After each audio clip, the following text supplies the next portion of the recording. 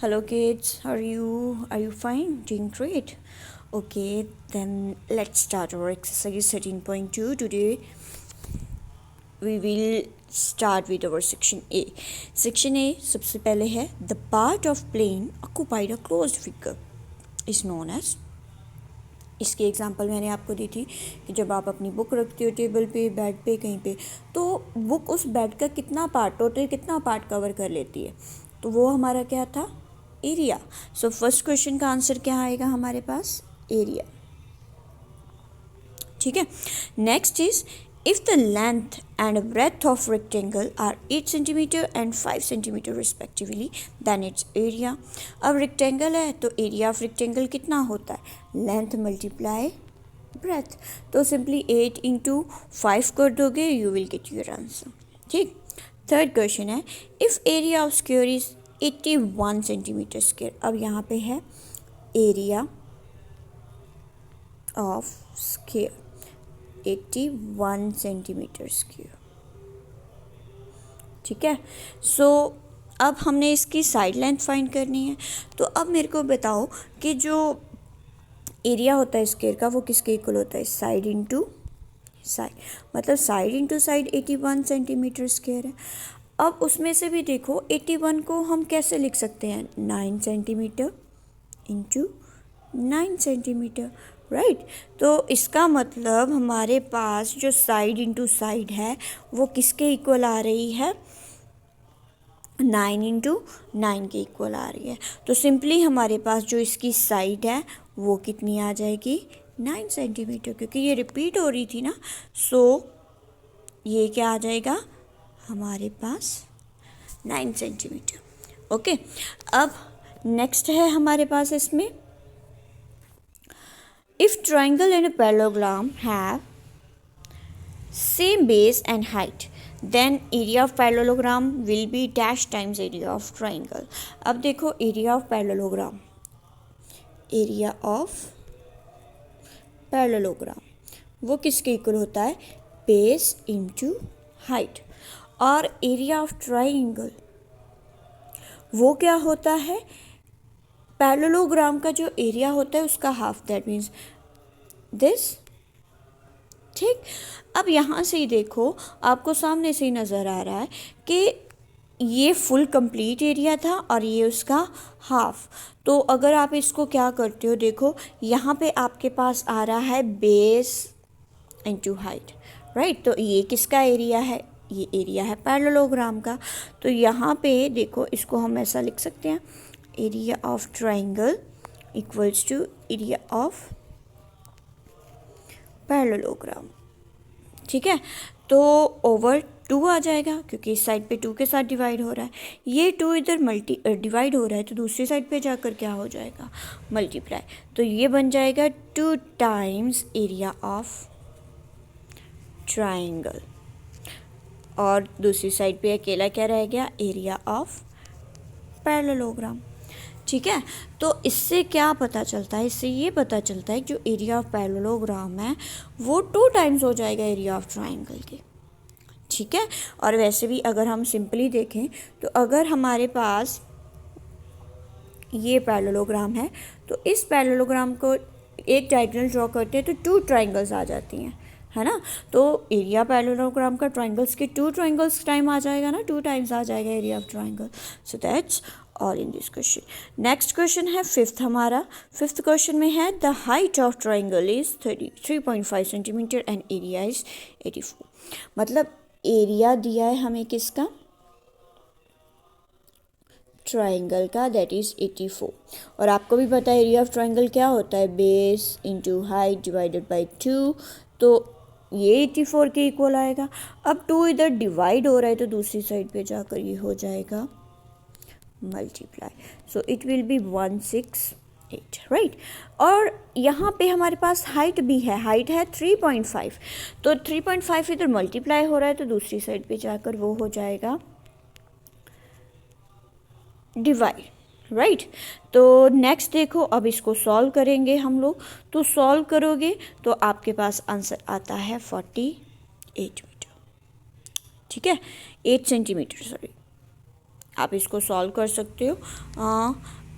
यहाँ पे देखो हमारे पास 168 के नीचे कुछ नहीं है तो 1 आ जाएगा, डेसिमल रिमूव करोगे तो 35/10 हो जाएगा।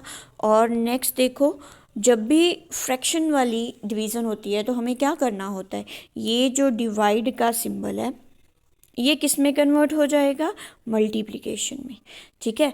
और ये जो टर्म होती है सेकेंड वाली टर्म, इसका क्या हो जाता है, रेसिप्रोकल, तो ये हो जाती है 10/35, ठीक। अब इसको सॉल्व करोगे तो आपके पास 48 आ जाएगा। Got it. नेक्स्ट है हमारे पास सेक्शन बी। सेक्शन बी का जो फर्स्ट पार्ट है वो आप लोग खुद ट्राई करना। फर्स्ट पार्ट में देखो आपके पास पहले क्वेश्चन में क्या लिखा हुआ है। इस क्वेश्चन में सिंपली उन्होंने बताया हुआ है लेंथ एंड ब्रेथ दी है आपको रेक्टेंगल की, और फाइंड करने को फर्स्ट क्वेश्चन क्या बोला है, एरिया फाइंड करना है आपने। तो एरिया फाइंड करने के लिए रेक्टेंगल का क्या करोगे, सिंपली हम उसको मल्टीप्लाई कर देंगे आपस में, लेंथ एंड ब्रेथ को। एंड सेकेंड क्वेश्चन देखो उसमें क्या है, कॉस्ट ऑफ लैंड, मतलब ये जो लैंड का एरिया फाइंड किया उसकी हमने कॉस्ट भी फाइंड करनी है। और 1 मीटर स्क्वायर की कॉस्ट दी है। आपने आज जितना भी आंसर आता है आपने उसके लिए क्या कर देना है, इसको मल्टीप्लाई कर देना, जितनी भी उसकी कॉस्ट है उसको मल्टीप्लाई कर देना है जितना भी आपका एरिया आया था, ठीक है। कॉस्ट के लिए एरिया को और जो कॉस्ट दी थी 1 मीटर स्क्वायर की, उन दोनों को मल्टीप्लाई कर देना, ठीक है। फिर उसके बाद देखो बी क्वेश्चन, देखो हमारा यहाँ पे बी क्वेश्चन, ऐसा क्वेश्चन हमने 13.1 एक्सरसाइज में किया था सेक्शन ए में, बट हमने वहाँ पे सिर्फ ब्रेथ तक किया था। इसमें हमने एरिया भी फाइंड करना है, और ब्रेथ तक अगर आपने कर लिया तो एरिया तो आप खुद निकाल सकते हो लेंथ इनटू ब्रेथ करके, ठीक है। अब नेक्स्ट आ जाओ, सेकंड का ए क्वेश्चन देखो। सेकंड का ए क्वेश्चन है, a wire is in shape of rectangle. एक वायर है, ठीक है, मतलब वो वायर को कौन सी शेप में बनाया गया है, रेक्टेंगल की शेप में बनाया गया, ठीक है। And its length and breadth, और जो रेक्टेंगल बना है उसकी लेंथ एंड ब्रेथ भी हमें दी है। इफ़ सेम वायर, मतलब इसी वायर को उठाकर उन्होंने बेंड कर दिया। अब आपको भी पता है जो छोटे वाली पतली वाली वायर होती है, ठीक है, मोस्टली जो यूज़ करते हैं हम, कॉमनली यूज़ करते हैं, हम घरों में भी यूज़ करते हैं, देखा होगा आपने, कुछ उनको फ्लावर्स बनाने के लिए यूज़ करते हैं ना, डेकोरेशन का सामान बनाने के लिए भी यूज़ करते हैं, आपने में भी देखी हो। तो उसको हम आसानी से बेंड कर सकते हैं, उसको कोई भी शेप दे सकते हैं, ठीक। तो यहीं पे देखो हमने इसी शेप को, इसी लेंथ को, मतलब लेंथ नहीं हमने इस वायर की चेंज की, इसकी बाउंड्री नहीं हमने चेंज की, बाउंड्री की जो लेंथ है, इस वायर की लेंथ है वो सेम रही, बट शेप कौन सी बना दी हमने इसकी, स्क्वायर की बना दी, ठीक है। शेप कौन सी बना दी, स्क्वायर की।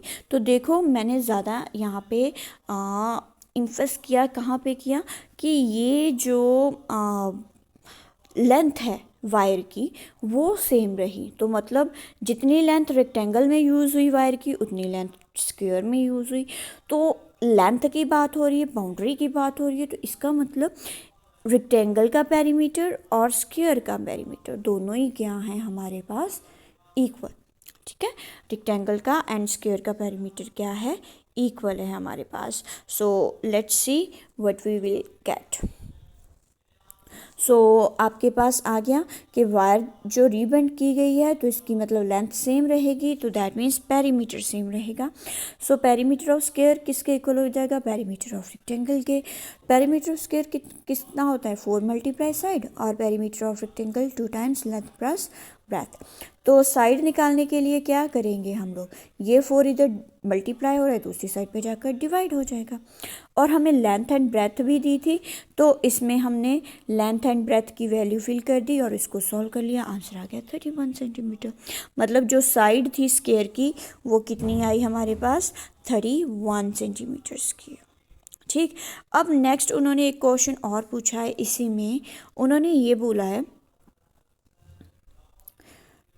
What will be the measure of each side, ये हमने फाइंड कर लिया, and find which shape encloses more area, कौन सी शेप ज़्यादा एरिया ले रही है। तो इसके लिए हम लोगों ने क्या करना, देखो आप आपके पास अब एरिया की भी रेक्टेंगल की भी साइड्स हैं, स्क्वायर की भी साइड है, तो आप रेक्टेंगल का एरिया फाइंड करो, स्क्वायर का एरिया फाइंड करो और देख लो कि कौन सी शेप का ज़्यादा एरिया है, that you will get your answer. ठीक है, मेरा यहाँ पे स्क्वायर का एरिया ज़्यादा आया, आप लोग चेक करना कि आपका किसका आता है। फाइन। सो अभी इसका बी क्वेश्चन देखो, बी क्वेश्चन आई थिंक सबसे आसान है। पेरीमीटर ऑफ स्क्वायर हमने सॉरी एरिया हमने स्क्वायर का फाइंड करना है, बट उसका सिर्फ पेरीमीटर गिवन है। ठीक, पेरीमीटर गिवन है, एरिया फाइंड करना है। तो देखो पेरीमीटर स्क्वायर का हमें दिया वो है 320, तो इसका मतलब साइड क्या आएगी स्क्वायर की, पेरीमीटर को डिवाइड कर देंगे 4 के साथ, तो 320 को डिवाइड कर दिया 4 के साथ, तो इट विल बी 80। तो अब एरिया निकाल सकते हो जब उसकी साइड आ गई, तो वो आता है side into side, that means 80 into 80। Okay, आप इसको चेक भी कर सकते हो, सिंपल सा, सिर्फ इतना सा आंसर था इसका। ठीक है, तो जब भी ऐसा कोई क्वेश्चन आता है जिसमें रेगुलर फिगर हो और उसका पेरीमीटर दिया हो, सिंपली पेरीमीटर को उसकी नंबर ऑफ साइड्स के साथ डिवाइड कर दो और जो आंसर आ गया, अगर उन्होंने एरिया फाइंड करने को बोला है तो एरिया फाइंड कर सकते हो। ठीक, नेक्स्ट जो थर्ड क्वेश्चन है वो आप लोग खुद ट्राई करना, इसकी एग्जांपल भी आपकी बुक पे दी हुई है। थर्ड का बी क्वेश्चन देखो, find the breath of rectangular plot of land if its area is 440 meter square and length is 22 meter, find its parameter। और फिर बाद में हमने इसका पेरीमीटर भी फाइंड करना है। सो लेट्स सी कि इसमें हमने क्या करना। देखो लेंथ ऑफ पेरीमीटर और रेक्टेंगल लैंड दी है, एरिया भी उस रेक्टेंगुलर लैंड का दिया हुआ है। ब्रेथ फाइंड करने के लिए क्या करें, जब एरिया गिवन होता है तब हमने क्या कर देना, जस्ट एरिया को जो चीज़ फाइंड करनी, जैसे हमने यहाँ पे ब्रेथ फाइंड करनी है तो लेंथ के साथ डिवाइड कर देंगे, जो गिवन चीज़ है हमारे पास, जैसे लेंथ थी तो लेंथ के साथ डिवाइड कर दिया, अगर ब्रेथ है तो ब्रेथ के साथ, तो आपके पास ब्रेथ आ जाएगी। तो ब्रेथ आ गई तो आप पेरीमीटर ऑफ रेक्टेंगल भी निकाल सकते हो आसानी से, फॉर्मूला अप्लाई करके 2 times length plus breadth। now come to the question number 4th। उसका ए क्वेश्चन में करवाऊंगी, बी क्वेश्चन बिल्कुल एज इट इज़ जो अभी हमने थर्ड का भी किया। ठीक है, इसमें देखो एक रेक्टेंगुलर एरिया दिया है रेक्टेंगुलर फील्ड का और लेंथ दी है, तो फिर से देखो इसमें ब्रेथ नहीं है रेक्टेंगल की, तो ब्रेथ फाइंड करने के लिए क्या करेंगे, हम एरिया को लेंथ के साथ डिवाइड कर देंगे। ठीक, सेकेंड उन्होंने बोला a boy runs around a field at the rate of 10 kilometre.